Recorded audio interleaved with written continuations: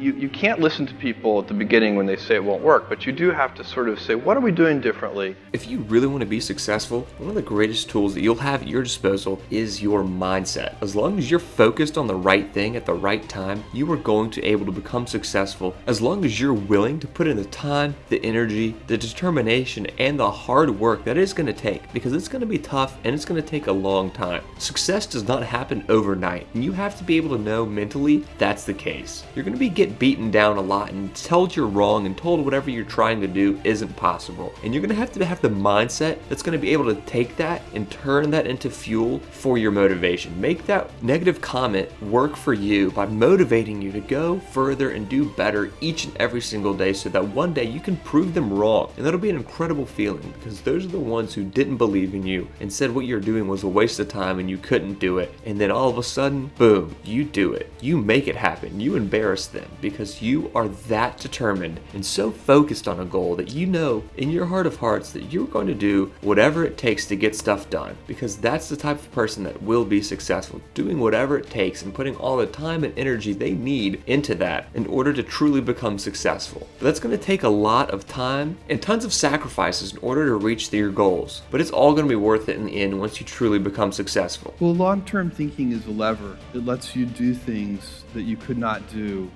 or couldn't even conceive of doing if you were thinking short-term.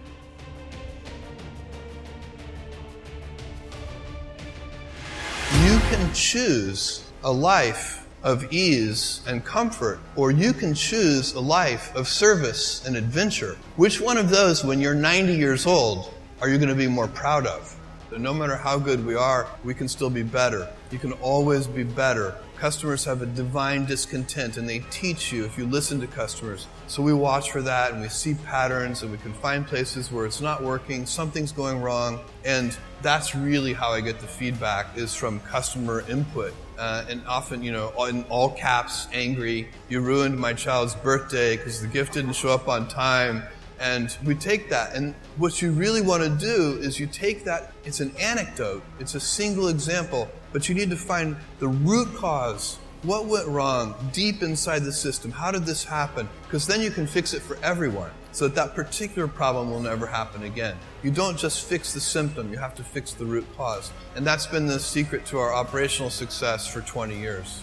And so then on sleep, I get 8 hours of sleep. I prioritize it, unless I'm traveling in different time zones. Sometimes it's impossible, but I am very focused on it. And for me, I need 8 hours of sleep. I think better, I have more energy, my mood is better, all these things. And think about it, as a senior executive, what do you really get paid to do? As a senior executive, you get paid to make a small number of high-quality decisions. Your job is not to make thousands of decisions every day. So let's say that I slept 6 hours a day, or let's go really crazy and say I slept 4 hours a day. So now I just got 4 so-called productive hours back. So if I was going to, have, say, 12 hours of productive time during any waking day, now all of a sudden I have 12 plus 4, I have 16 productive hours. So I have 33% more time to make decisions. So if I was going to make, 100 decisions, now I can make 133 decisions. But if I did that arithmetic wrong,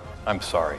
I went to my boss and said to him, I'm going to go do this crazy thing, and I'm going to start this company selling books online. And he said, this actually sounds like a really good idea to me, but it sounds like it would be a better idea for somebody who didn't already have a good job. And he convinced me to think about it for 48 hours before making a final decision. And so I went away and was trying to find the right framework in which to make that kind of big decision. And the framework I found, which made the decision incredibly easy, was what I called, which only a nerd would call, a regret minimization framework. So I wanted to project myself forward to age 80 and say, okay, now I'm looking back on my life.